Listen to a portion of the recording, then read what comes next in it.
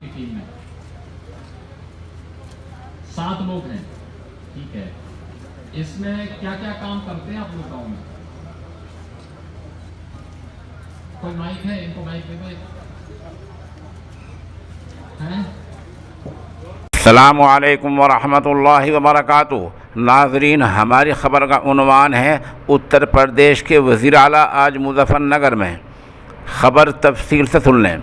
उत्तर प्रदेश के वज़ीर आला जनाब आदित्यनाथ योगी आज मगरबी उत्तर प्रदेश के शहर मुज़फ़्फ़रनगर में हैं। आप हेलीकॉप्टर से उतरते ही मुज़फ़्फ़रनगर के गांव रामपुर में गए हैं, जहां आपने आशाओं के साथ बातचीत की है।